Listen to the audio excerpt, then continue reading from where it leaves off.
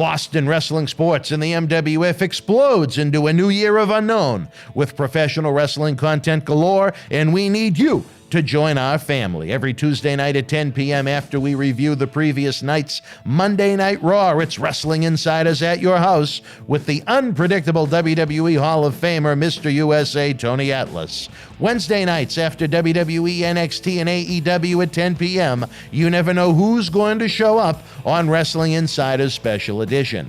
Every Thursday night at 10 p.m. after our NXT and Dynamite review, it's Marty Jannetty's No Holds Barred Sex, Drugs, and Rock and Roll journey through the 80s and 90s on Wrestling Insiders Party with Marty. Friday nights after the lights go down at the Thunderdome on SmackDown, it's John Cena Sr.'s Wrestling Insiders Fabulous Fridays. Plus, look for classic clips, bonus live episodes, pay-per-view watch-alongs, and more. If you want early, ad-free access to all of our Wrestling Insider talk shows, our acclaimed studio shoot interview DVD library, and to help keep wrestling legends working during the worst of times, for less than a cup of coffee at Starbucks, join our growing family at patreon.com/Boston Wrestling. Expect the unexpected in 2021.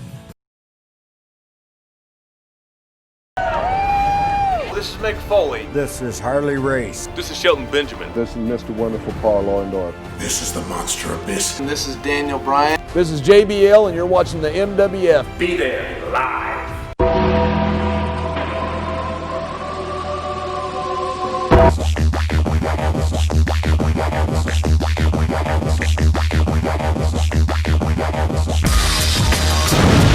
Wrestling fans around the corner, around the world, hopefully we sound normal to you on this Wrestling Insider Special Edition. I'm Dan Mirade, along with my partner in crime down in southwestern Connecticut, one of the finest areas of the United States of America, Mr. Matt Degnan. Matt, thank you for joining us tonight. Well, I'm ready to break down another Monday Night Raw. I didn't really know it was a Legends Night by the look of it last night, but we'll get into it. Well, I'm still trying to figure out how to hear you. The studio's version of Elmira Gulch has a new setup for the podcast, and thank God I have our partner in crime, Howard Miller, with us here in studio tonight, because he's been a big help to me. Everything appears to be working normal and sounding normal, and it's a little awkward. Oh, you know what? Maybe that's it. Maybe it was the headset volume, is how it say something of interest, Socko. Say something of interest. Yeah, no, even though we turned it up, it sounds kind of scratchy to me through these headsets. I don't know. Maybe it's the headsets. Got to be the headsets. Well, we've had about enough of Gulch. I don't know. But anyway, pleasure to have you with us today. It is a cold, raw Monday here in MWF Studios, downtown Melrose, Massachusetts, in the zip code of Champion 02176. Howard, does it sound scratchy to you now that you have the headset on? No. Huh. Maybe it's my headsets, but I don't know why my headsets would be any different. But technology's great when it works, but it appears to be recording. You can hear me and you could hear Matt, right? All right. Say something of great interest again. Pontificate of something of great interest here. Something of great interest wasn't happening last night on Raw, though. I wonder why it sounds so lousy to me. Howard said it sounds great, and when we tested it in the computer the first time, it sounds great. So, you know what? We'll go with it. I mean, do you want to use just these headphones? No, that's fine. I'm not going to make too... I can still hear him. It sounds a little like the radio, like in the old days when it was the turnstile radio, you were just a little bit off, but that's all right. We'll live. We have a lot to bash tonight, unlike Elmira Gulch, but... the CRPS is kicked in, ladies and gentlemen. I'm in a lot of pain. The foot is purple. I had to go to Target to get my medicine and see my dear friends. And who pulled up? A good friend of yours, Hall of Famer Mark Dustin. It was good to see him today. En route to the studio. Believe it or not, I was quite disappointed that he wouldn't be joining me in studio, but walking home from this fine institution was the individual known as the French douchebag. He usually makes his appearance earlier in the day. Yes, he likes to get it done early. I didn't get any of that nice mood music that we usually listen to, that some like to call French fuck music. So I don't know. But I missed that today. And then just as I was enjoying a little bit of the ambiance of the peace and quiet, Elmira rode up. So, and then there's that. And fans, for you around the corner and around the world, you saw that tremendous new ad welcoming you to 2021. The Patreon is a rockin'. It's a rollin', where you can keep professional wrestling legends working, getting early ad-free access to all of our Wrestling Insider Studio Shoot interviews, all of our shoot interview DVDs, and so much more, including exclusives coming your way in the new year and beyond, all for the price of less than what coffee would cost you down at Starbucks. It's a deal and a half, Matt. I think even you would agree on that. I'm always in for a deal, like Tony Atlas. Well, you like it free, but I would say on your end, it's probably the cost of one of your socks. Usually one. Usually one. All right. Well, we'll go from there. All in all, it was a disappointing 3 hours. I fell asleep at one point when I got home. I got home late and missed the beginning of it, and then I put it on and I actually dozed. So I had to DVR through Legends Night. Did you watch it from beginning to end live? I watched it live with good man named Angelo. Well, Angelo came over to visit. Yeah, he watched Monday Night Raw for the first time in a few months. So that was good. You thought you were going to say ever. That really would have been interesting. No. He's the one that actually got me into wrestling. Oh, did he? Yeah. Who was Angelo a big fan of that made you transfer over to a fan of the King of Sports? He was a big John Cena and Batista guy. Big Dave Batista. Yeah. All right, well. Or better known as Drax now from Guardians of the Galaxy. Oh, there you go. Just a little bit better. But I have to say, before we even began, I was completely disgusted, outraged might even be the word, over the advertisement that they put out for this show. Did you see the ad that they put out for Raw Legends Night on their website, via email, on social media, et cetera, et cetera? I saw all the ones they put up, but I don't know what was wrong with it, though. Well, the one that I'm talking about had Hogan, Flair, Big Show, Mickie James, and Booker T on it. Yeah, that's not too much of a big draw there. Well, other than Hogan and Flair. As someone that owns stock in the company, I am insulted and disgusted at the fact that this company would not take their 5 biggest names from that show and promote it around them, just so they can say they had a woman in the advertisement. Mickie James contributed a lot to the company over the years, a legend? No. Can you think of anything of great interest that she ever did? No. Maybe they had to edit her match from WrestleMania 22 for the DVD. Maybe that was her great accomplishment. Nothing against Mickie James as a human being or as a female wrestler, but she's certainly not a legend. She was out of place on this show to begin with. But if you're going to take 5 featured superstars from that show and slap them on that advertisement, why would you take someone that contributed so little? Again, and I'm not trying, that's not as someone looking at it as a fan or someone that works at it in wrestling. I'm looking at it as someone that has their money invested in this company and wants the company to invest that money wisely. The stock, as it is already nosedived about 60% from when it hit its peak.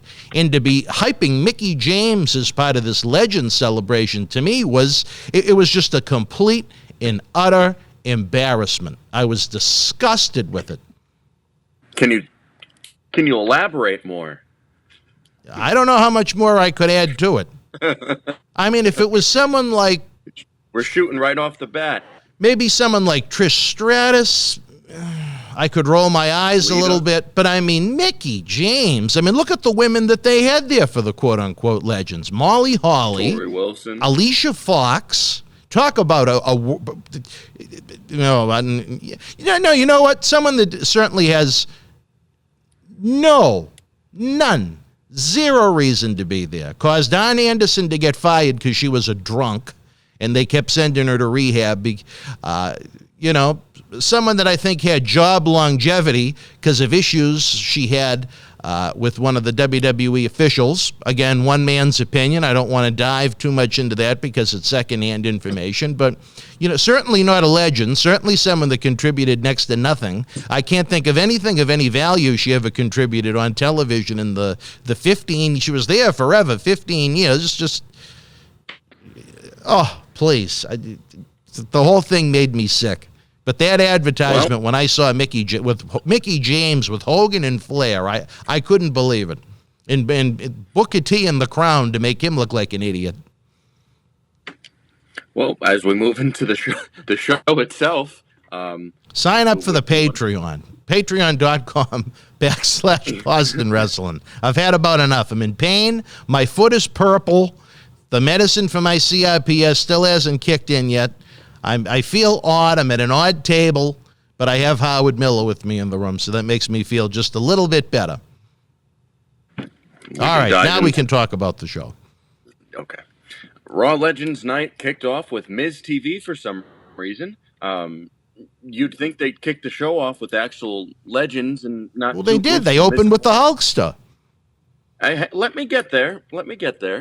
And Miz and Morrison, who aren't funny at all. No. Even that little video to start with Hulk Hogan and his iPhone was kind of weird and a little bit stupid. He was having his phone talk, I guess, and I don't know what he was promoting or talking about, but they changed plans because they were supposed to open with Hogan and Flair in the middle of the ring, but they didn't do that, and they ended up doing whatever that was with Hulk Hogan for 30 seconds to a minute.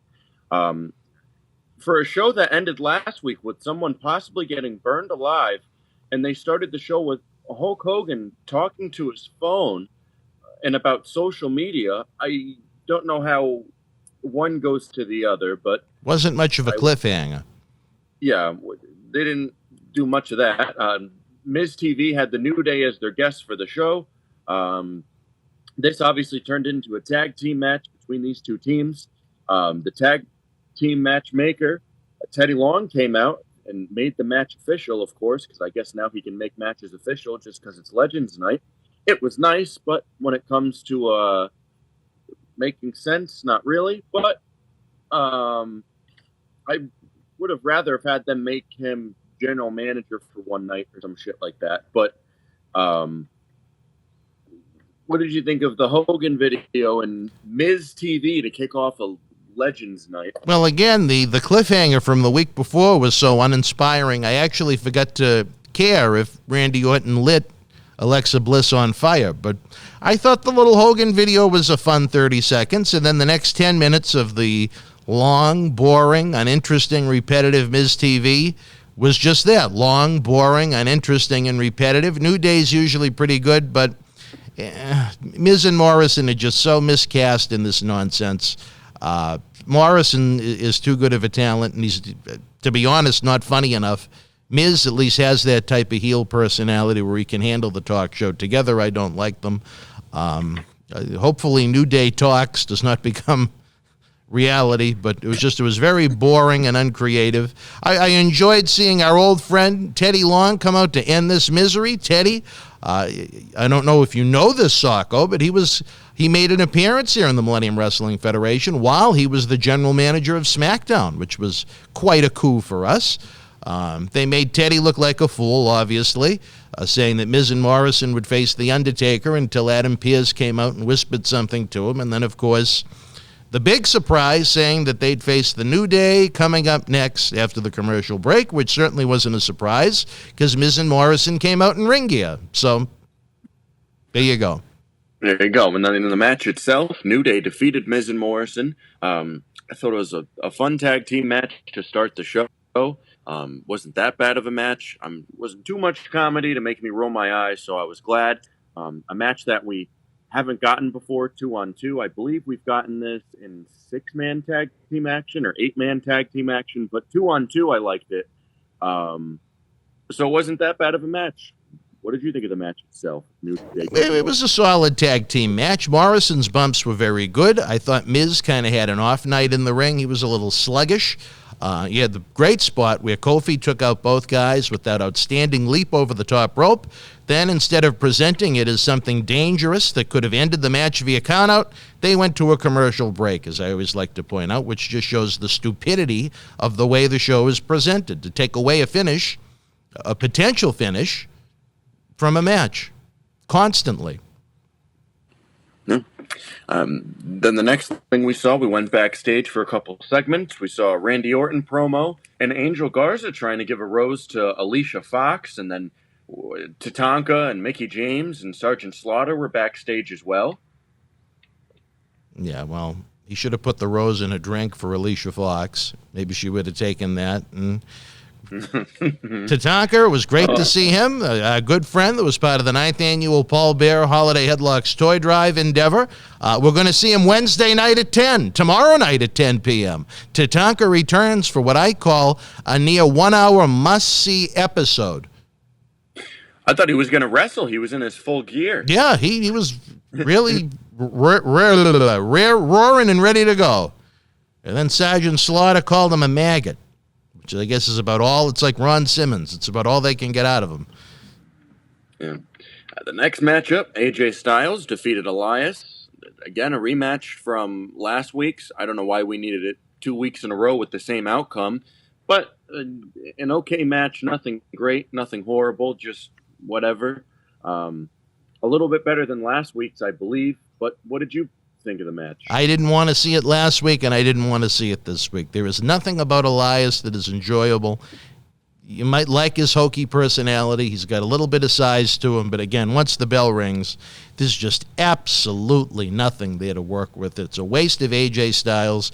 Granted, you need talent like that to put over the top-tier talent. But we just saw the same match last week. I'm not interested in Omos, Jackson Riker. Who knows where they may go with that being kind of Elias's sidekick. It's better than seeing the guy out of a job for that social media episode that took place with the PC folks of the world back in the spring. But hopefully that's the end of this feud. I don't need any more AJ Styles and Elias matches. Well, we're getting a tag team match. You think that'll be Omos's official debut?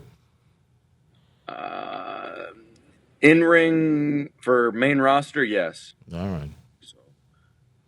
Well, I look forward to that then. It'll be great to see Omos in the squared circle.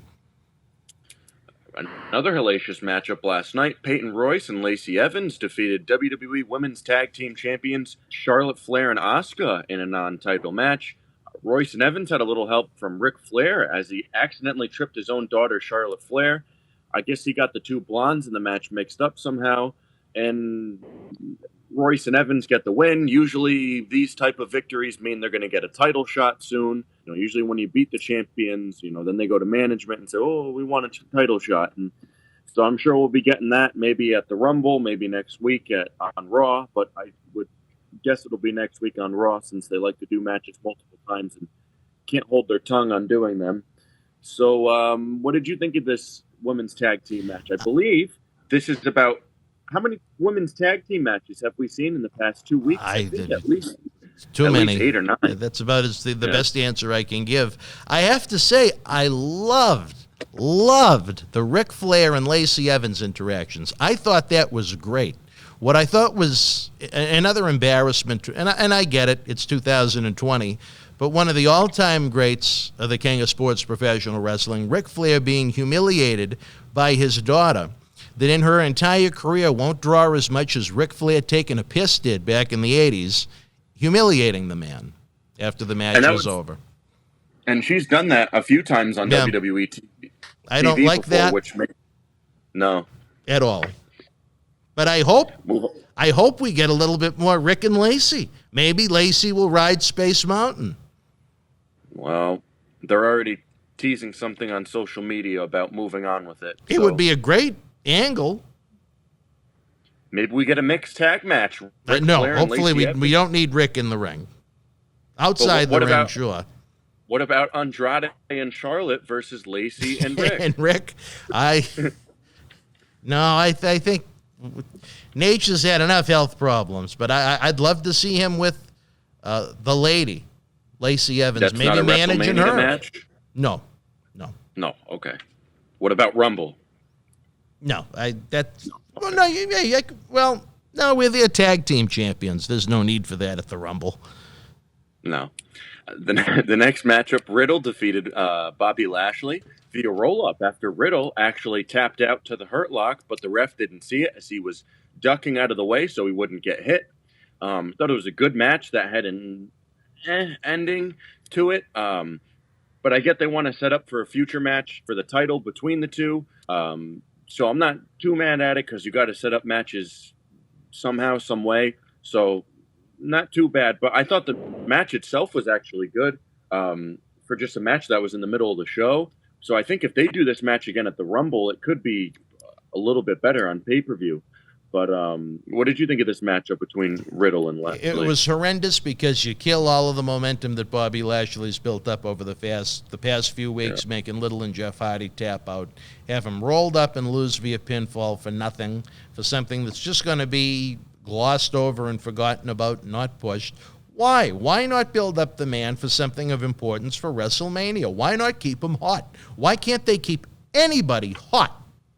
The only thing I really liked that they did with Lashley last night was for the first half of the match, he kicked out at one about 5 times. So that was really the only thing, and that reminded me of what they were doing with Drew McIntyre before the Rumble last year. So maybe we see Riddle win the United States title at the Rumble, and then Lashley goes on and wins the Rumble itself. So who knows? But I guess we'll find out in a few weeks. It was just garbage, and it was uncreative. A few ways to put it. The next matchup, Dana Brooke defeated Shayna Baszler via roll-up again.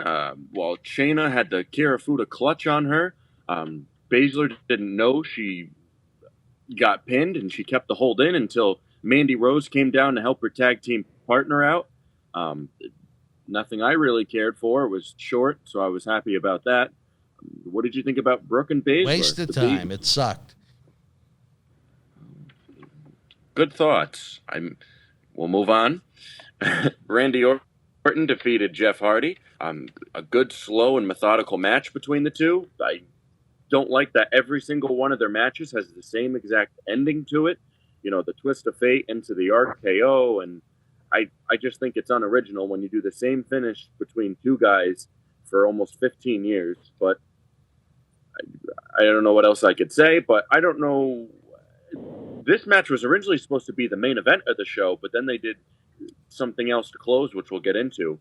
But what did you think of this matchup between Orton and Hardy? I thought it was very good. Their work together has always been very good. I like the fact that the commentators actually referenced their history going all the way back to 2008 when there was a big push behind the scenes to put the belt on Jeff Hardy and change the plans that were in the books for WrestleMania 24 at that point in time. And I guess those that were the Hardy supporters wound up with pie in their face because shortly after the Royal Rumble match between Orton and Hardy wound up being suspended for some kind of substance use and was not part of WrestleMania 24. So there you go.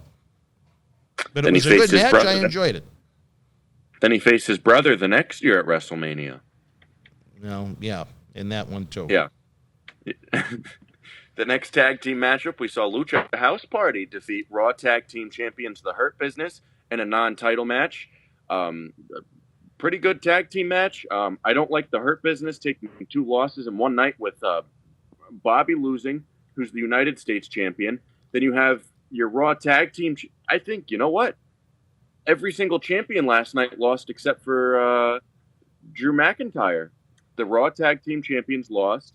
The Women's Tag Team Champions lost. The 24/7 champion lost. And the United States champion lost. And not one title changed hands, so nobody cares. Only the 24/7, but nobody cares about that.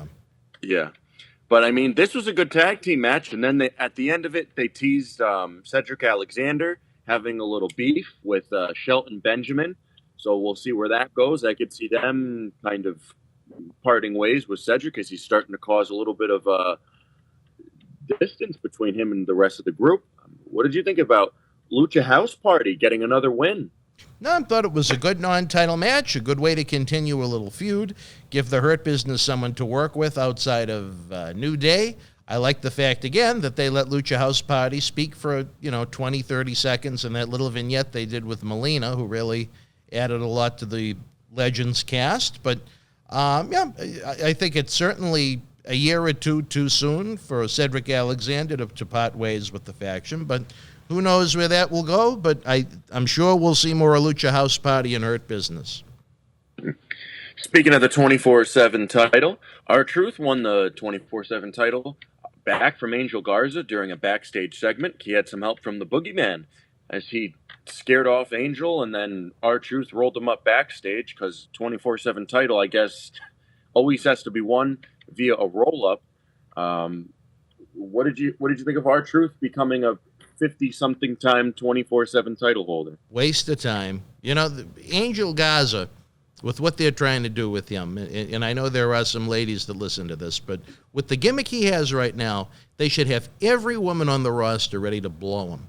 That's how they should be trying to get him over, not approaching the women, with his little roses and being shunned by them. Turn the guy into a superstar. That's how you make him the Spanish Ric Flair right now, or do something other than that complete and utter nonsense with Tori Wilson sending him down the hall to our good friend, the Boogeyman, a former MWF alumni, and then having Garza run scared out of the room from Boogeyman to be rolled up. It's good to see our another MWF alumni, Ron Simmons, throwing in a dam, again, like Sergeant Slaughter throwing out Maggot. He really doesn't have much to converse with, but at least they get Garza out of that 24/7 garbage, but he should have never been put in it to begin it with his gimmick. Like I said, the women should just be throwing themselves at him.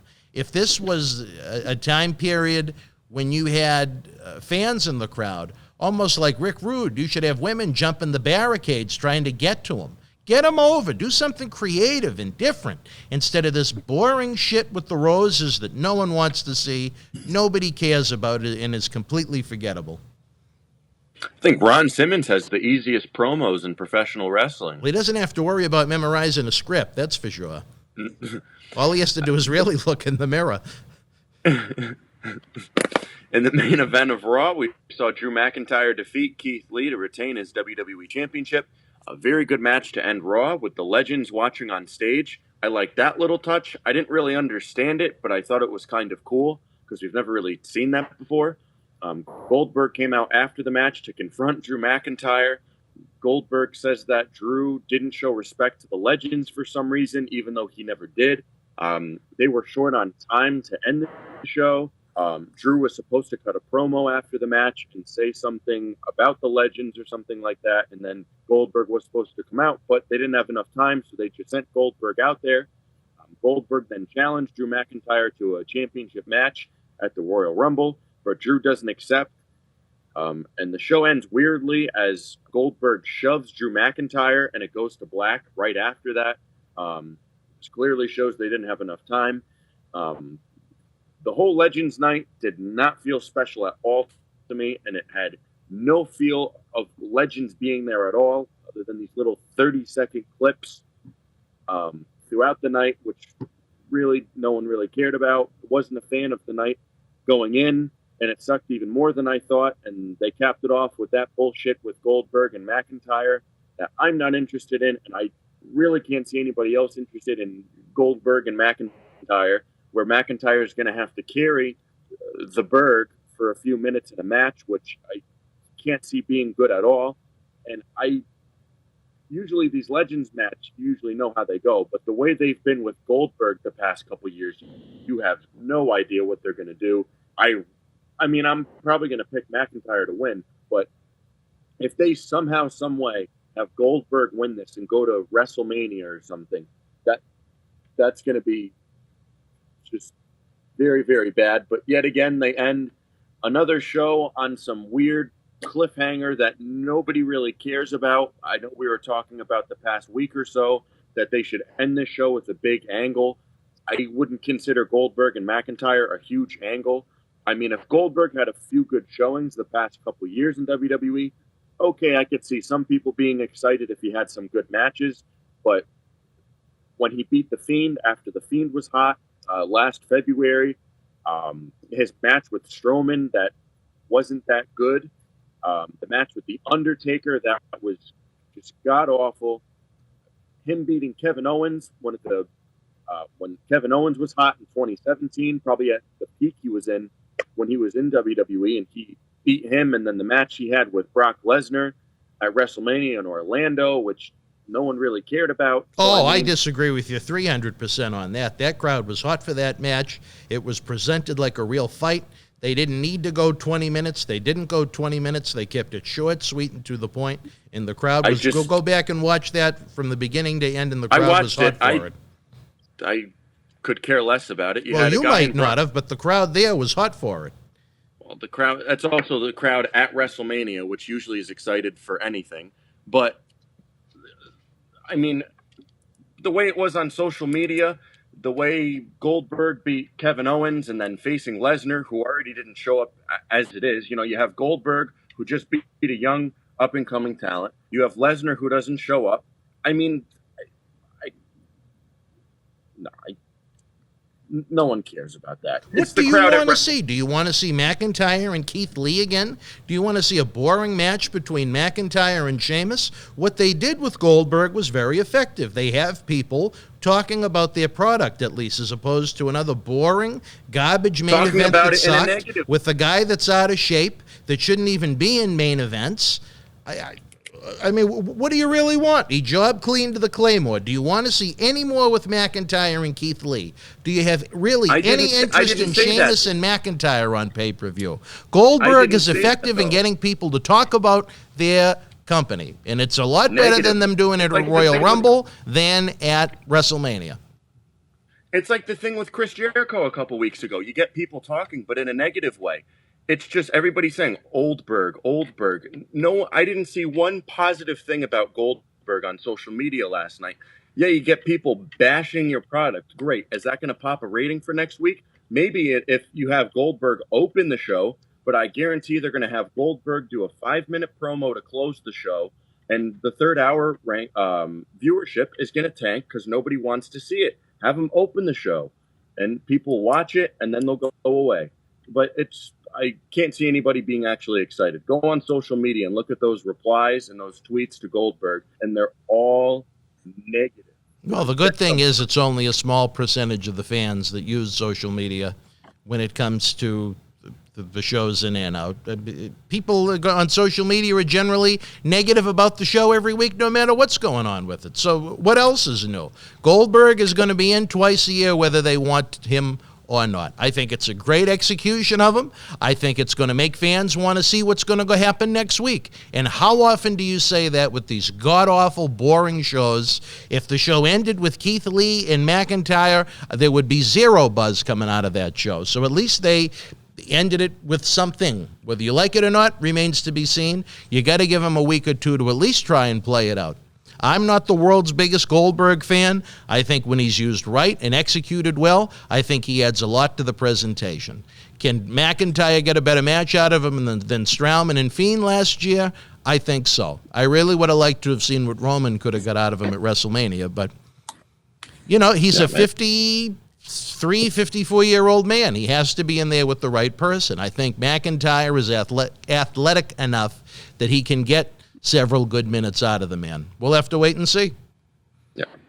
The usual WWE way of having a legend come down to the ring. I want a match with you, and that's how the matches are set now. It's like declaring for the Rumble. It's just, if they set it up in a fun way, that would have been better. I thought they did set it up in a fun way. I thought as opposed to McIntyre just being the good guy with the white hat and cowboy boots saying, oh, you know what, Bill, I got all the respect in the world for you. Sure, I'll give you a match. I like that he said, no, fighting you would be like fighting my father. And Goldberg, through his actions basically said, fuck you, and tossed him to the ground. So that was one of the better parts of the show to me.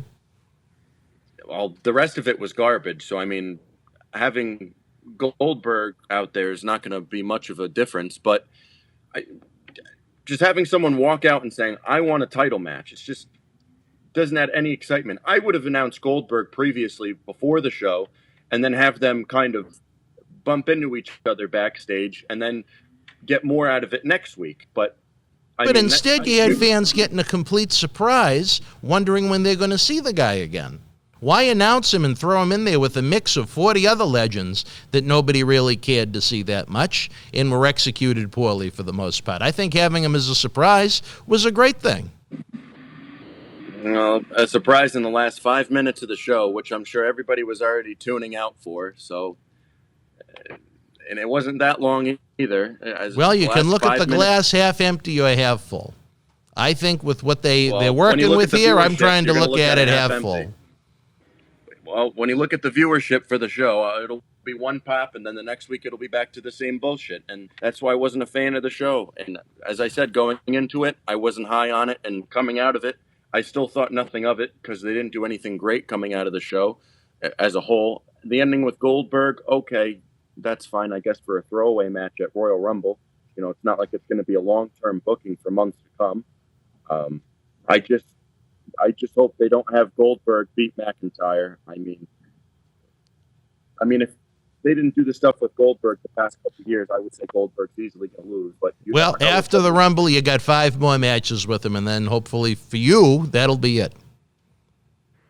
Yeah, I mean, this isn't going to pop a rating. I mean, but I guess they'll keep trying with these old guys. I mean, as people keep saying, you know, they're going to keep bringing back these 55-year-old guys, you know, when they're not even making new stars. And that's their problem right now, is they have no top heels. But at least you can say Goldberg is over. He's a mainstream star. He was someone that's I don't consider him a legend, but I mean, when this business was on fire, he was a household name. Not just a top wrestling star, he was a household name. That's why I see the value in it. What's that? 20 years ago, he was a household name. Now it's the same thing. It's the same thing as Chris Jericho. Oh, it's a big name. And then you see him wrestle and you go, what the fuck is this? You know, it's just, if they were in their prime and it happened, like imagine Goldberg and McIntyre when Goldberg was like 30. Holy shit, that would be great. But it's just when he's almost mid-50s, I mean, yeah, oh, cool, Goldberg's coming back to face McIntyre. And then you turn the match on at the Rumble and you go, oh, what is this? And again, I think that's why using him twice a year is, again, the perfect execution of the man. You're not going to overexpose him in that capacity. Well, you shouldn't be exposing him at all, but... Well, I disagree. There's very few people that are going to be able to generate interest that aren't there on a full-time basis now. He's one of them. I'd rather see him than 60-year-old Sting. I know that much. At least Goldberg still looks the part. The good thing would be is to make future stars. That would be the start instead of, you know, bringing back these old guys to pop a rating. I get no one's over now, but when you treat people, the wrestlers in the company, how they are now, like what we were talking about with Bobby Lashley, I mean, he was getting built up for something special, and then they do that with him. So every time they do have something in someone, they always ruin it, or they always go in a different direction, or people like Angel Garza and Austin Theory, as you talk, not Austin Theory, but he still has a lot to go. But people who they kind of just do stupid things with, you know, guys who have a lot more in the tank and they don't do anything with them. You know, it's just, they just don't know what they have in people and they never really try with them, or they do try with them and it's just something that they should not be doing at all. But remains to be seen. As I've said many times on many shows with many guests, the two problems they face are pacing and patience. They have no patience and they go overboard in pacing the shows. And quite frankly, the rosters were too small before they released 30 people last spring, so they don't have enough variety to hold people's interest. That's why you need people like Goldberg. They need 4 or 5 Goldbergs that they could call out a couple times a year like that. There's no legends left that fit that mantra. Boy, we'll get into our grades now of Raw, the Legends Night. With the ending, I kind of rolled my eyes at. I would have given it a 5 out of 10 if they didn't end it with that, but I gave it a 4 out of 10. I thought really the only thing in the show that I liked was the wrestling itself. I think everything else was just kind of There was a lot of not so good endings to good matches that kind of left a sour taste after it, but solid wrestling bell to bell. But what did you grade Raw last night? I actually gave it a 6 out of 10. Despite all my quorums with it, I thought you had that fun little retro opening with the Hulkster.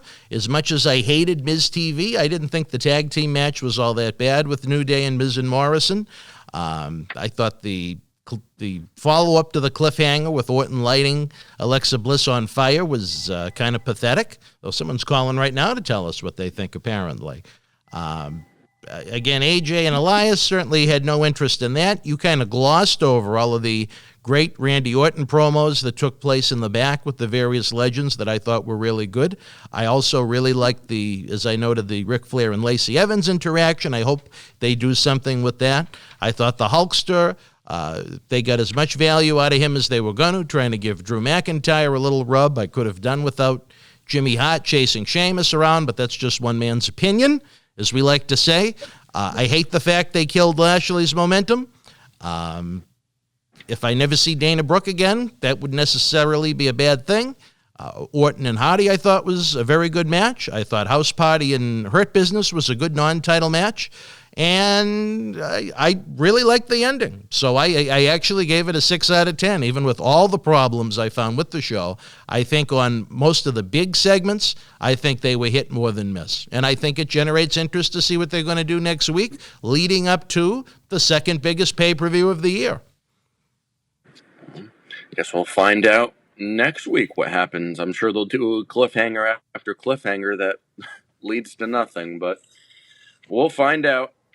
Unless McIntyre decides not to fight Goldberg and they just ignore what happened, this cliffhanger they can't ignore, unlike the lighting Alexa on fire. I don't know when we're going to get the ending to that, but we'll see if it actually gets burnt down, the Thunderdome. But I don't even know if they're going to go back to that, but who knows. But Orton and Wyatt are supposed to have one of those Firefly Funhouse matches at the Rumble, so I'm sure that'll be another.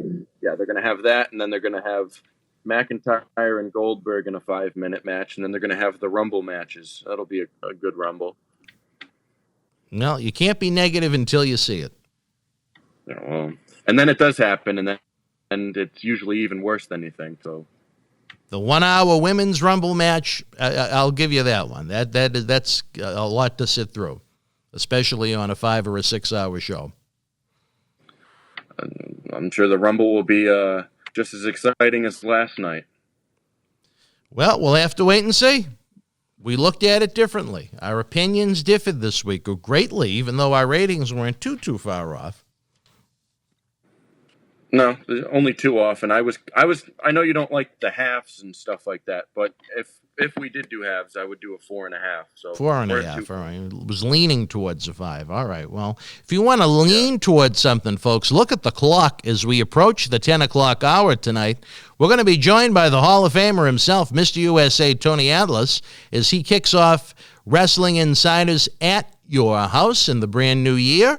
It's an episode where we kind of relax a little bit for the holidays, and Tony shares life advice on a wide variety of topics, including unwanted holiday guests, ED, homeschooling via the internet. It's an episode you have to see that I think you're going to get a lot of laughs out of.